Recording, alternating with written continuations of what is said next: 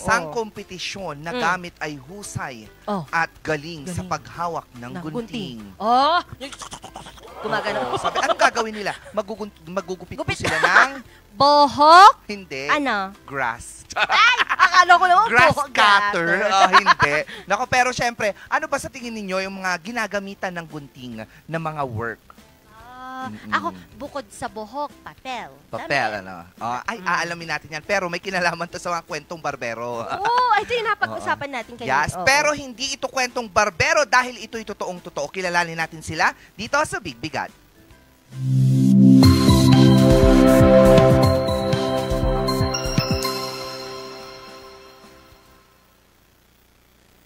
At kasama nga natin ngayong umaga ang founder ng Northern Barber Philippines, si Sir Jex Tenerife. Good morning po. Good morning po sa inyo.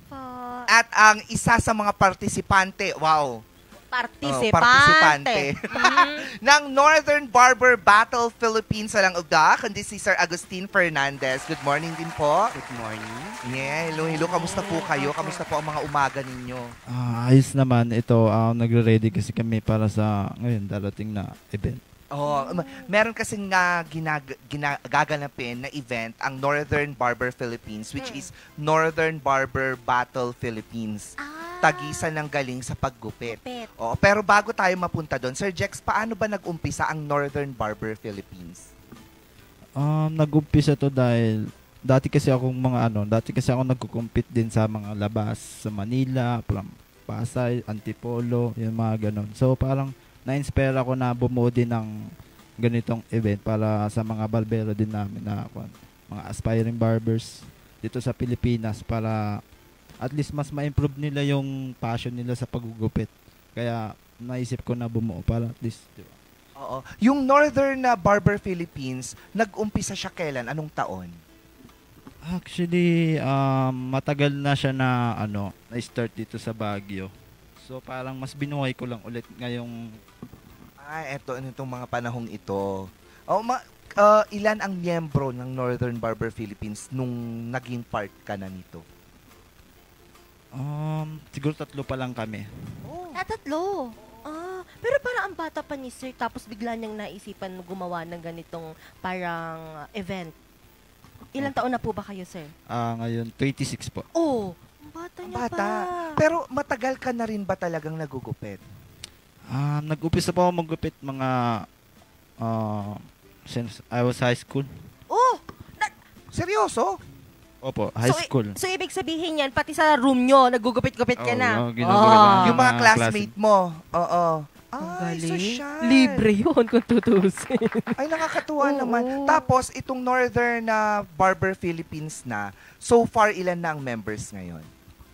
Actually, mga nasa 10 to 10 na. Ay, madami-dami na rin. Nakakasilaw po yung flash natin. Patanggal. Wag po nating ipa-flash na. Yung mata ko parang nagugupit. Hindi, pero 10 na ang miyembro po nito. Mula po dito sa Baguio o Cordillera or sa halos lahat po galing sa Northern Luzon. From Manila, yung iba po. Manila.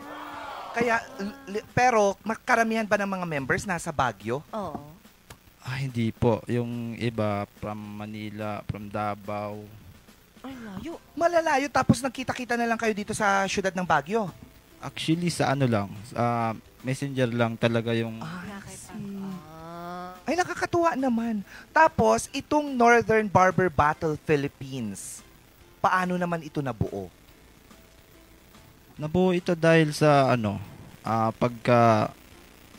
pagkahilig ko sa sa gupit. So parang yun nga, naisip ko na what if bumuo tayo ng event para sa mga barber. So yun, nag-umpisa talaga doon. Pang ilang year na ito? Actually, first ever. First ever! Wow naman, kaya naman pala, ang galing. Kasi naririnig ko na yung Northern Barber Philippines. So I thought yung Northern Barber Battle Philippines, parang season 2 nyo na. Pero laki na, no? Maraming mga categories to, Actually, 4 categories.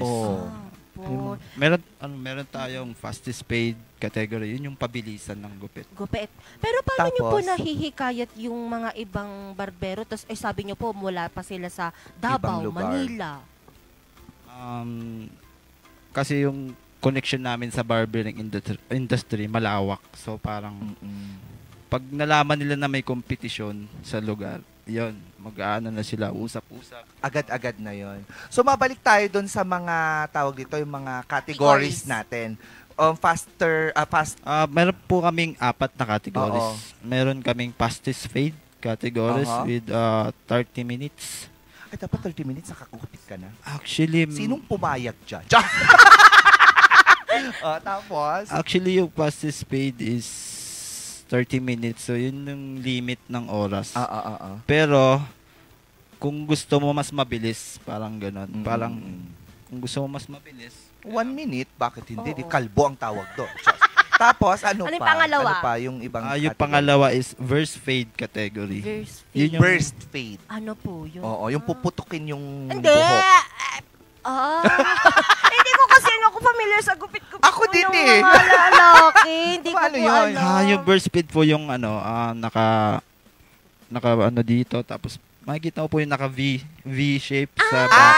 Okay. Get it. Tapos, Okay. ano pang Tapos, category?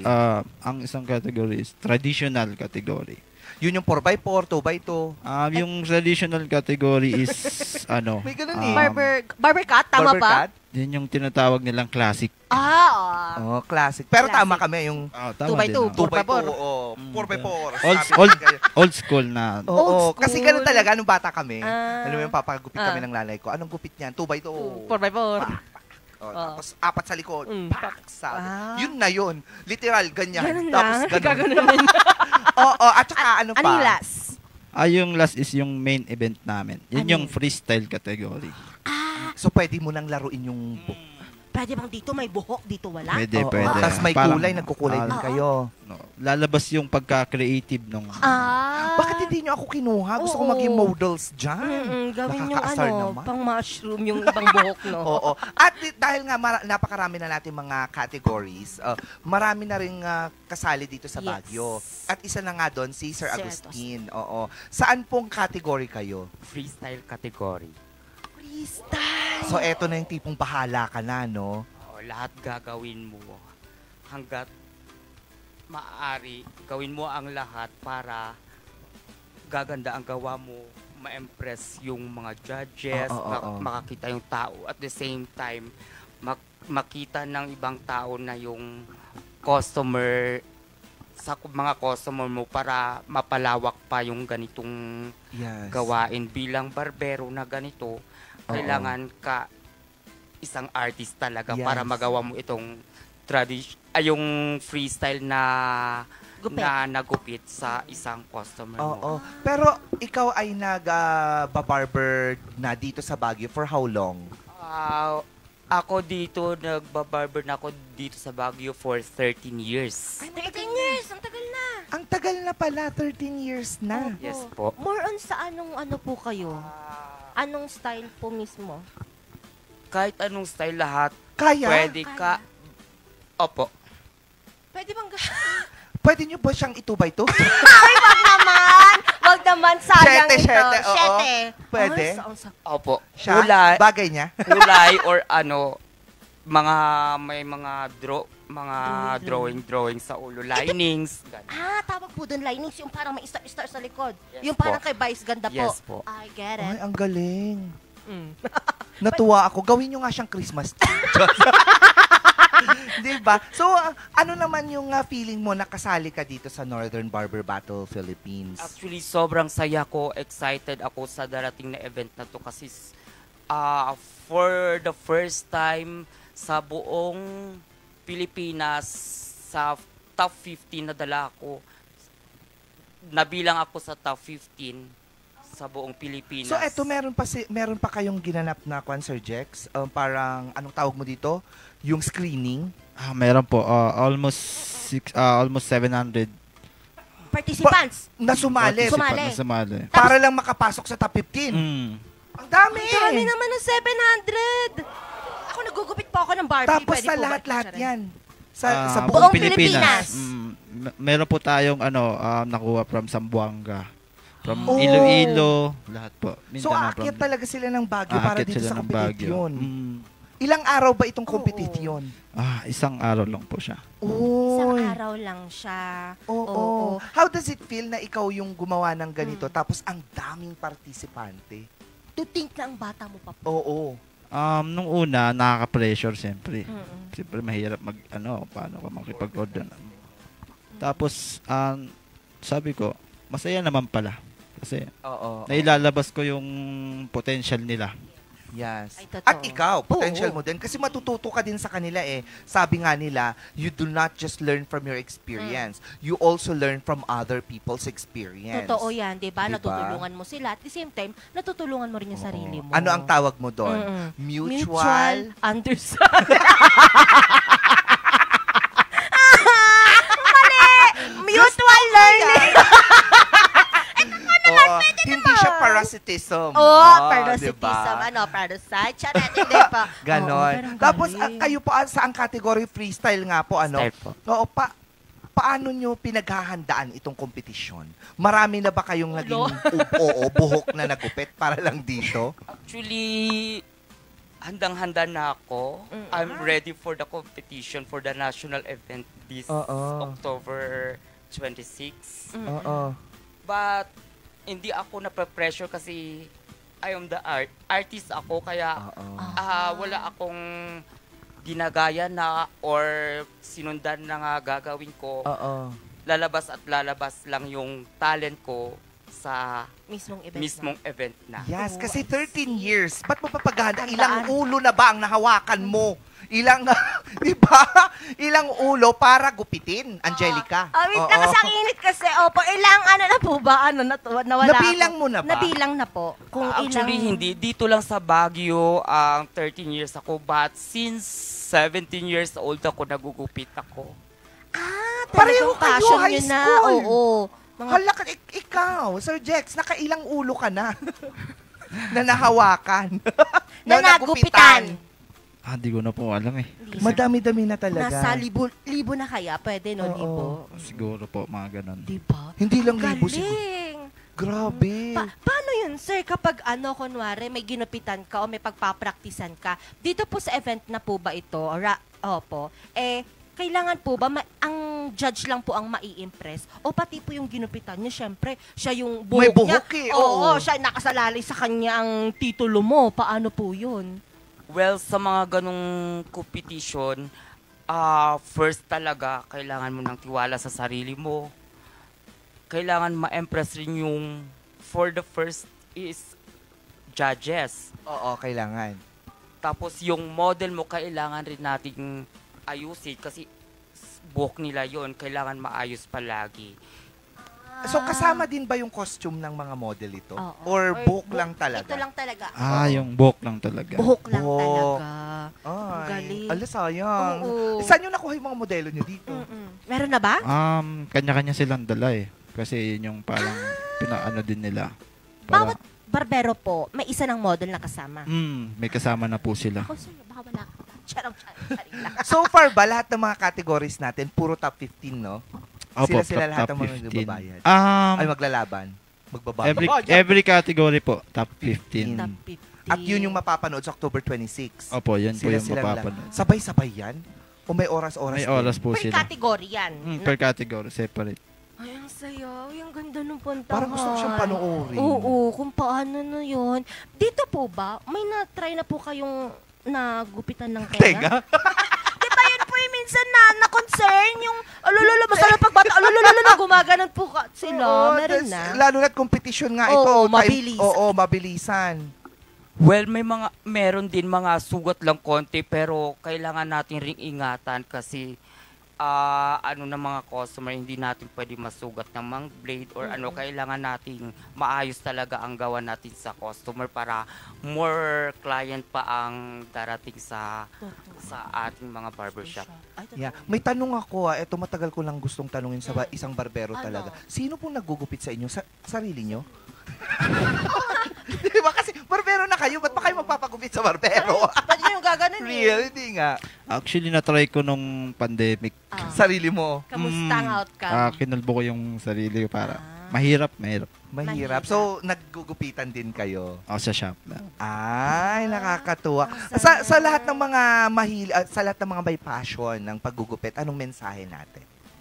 Ang mensahe ko lang sa mga aspiring barbers sa Philippines, galingan nyo lang palagi, tapos pakita nyo lang yung hilig nyo sa paggugupit, taas nyo lang yung barbering industry sa Pilipinas. Yun lang. Kasi sabi nga nila parang nawawala na dahil sa mga salon.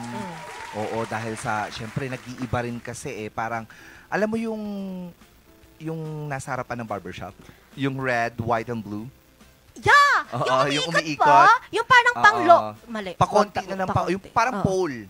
Di ba meron gano'n yung red, white, and blue? Meron. Stars over you. Hindi! Mama said, Papa said, I love you. Sa probinsya kasi parang yung pang lang din yung yung paikot-ikot lang. Pawala na kasi Pawala din. na. So, kailangan talaga nating iangat ulit ang industriya ng pagbabarber. Paramihin natin yung chip na nakukuha natin. Yeah, diba? Meron yung chip. Uso pa rin ba sa inyo yun, yung chip? Opo, ngayon sa mga... Paano kayo na-invento yun? I-try na mo. I-try na ako? Bisaya ka man, Oo. Ikaw po, ano pong mensahe natin sa mga nag-uumpisa pa lang?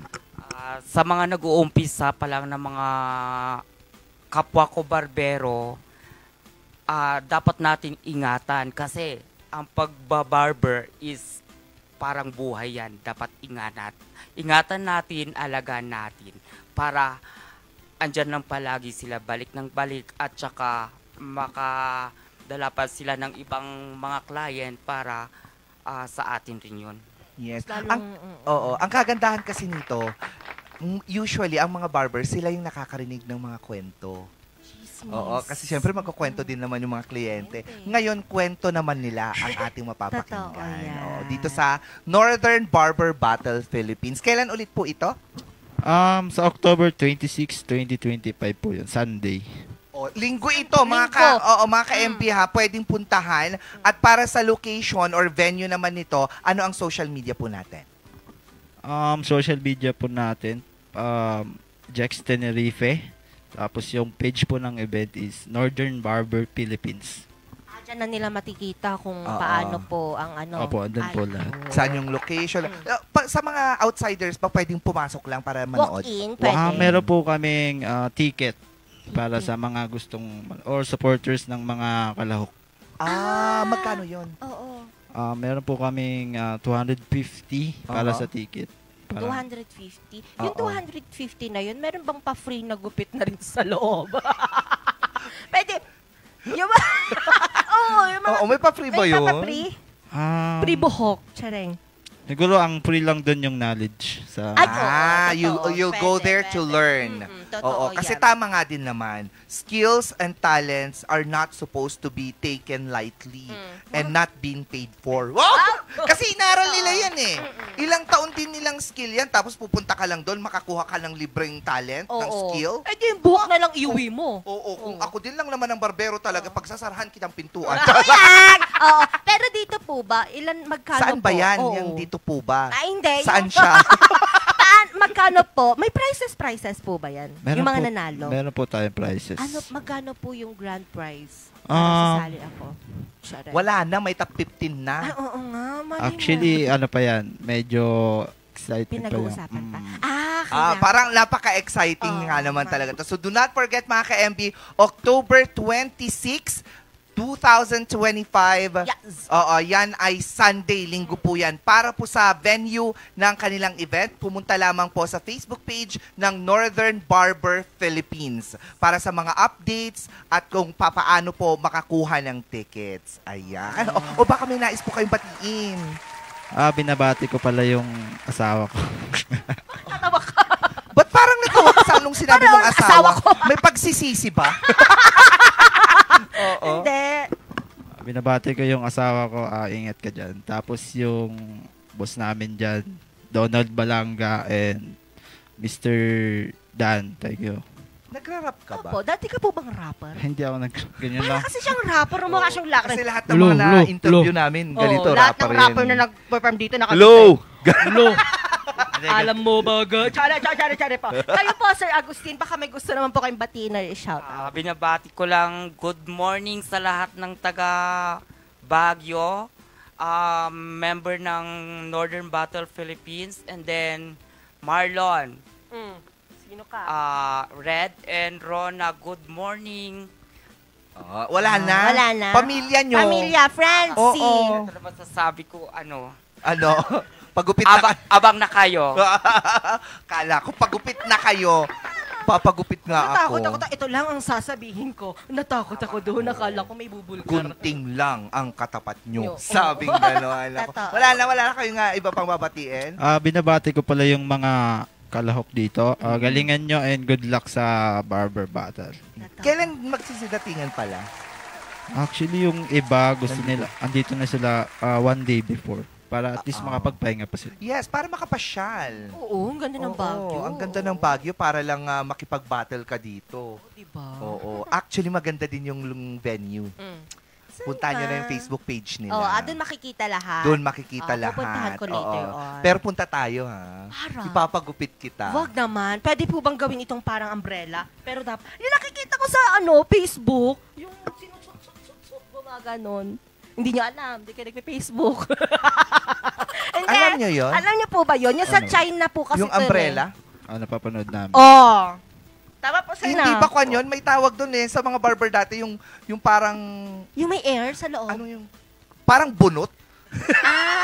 Uy, cute yun. Try natin minsan. Munti ka na kung nagkaroon ng ganong gupit dati. Totoo? Yung bunot. Yung busyong ginano na, tapos dire-diretso bakla. Ay, nakakatakot yun sa'yo. Maraming salamat, Sir Jex Tenerife, ang founder at organizer ng Northern Barber Battle Philippines. Pagpalain po kayo and may your event be successful. At syempre, maraming salamat din kay Sir Agustin Fernandez. Thank you po. At good luck sa laban mo. Thank you. Iwagayway mo ang bandera ng siyudad ng Baguio. Aapangan po Dapat namin. manalo ka. Oo. Pag Yes hindi po. ka nanalo talaga, sinasabi ko na ako manggugupit sa'yo. Meron pa ba? Meron pa Meron dito pa sa konti. Konti na lang na gusto ko yan kasi napaka-perfectionist din talaga ng mga barbero in all fairness. Talagang literal na ang maganda sa kanila isa, alam mo yung masahe after. Oh my goodness. Sabi ko sa'yo, wag ka na pumunta lang salon girl. Mag-barbershop ka na. Natakot naman Kaya ako. nyo sa girls, di ba? Opo, kaya With din. rebound, pwede? Challenge! Pwedeng pwede. Plancha. Plancha. Oh, ayan.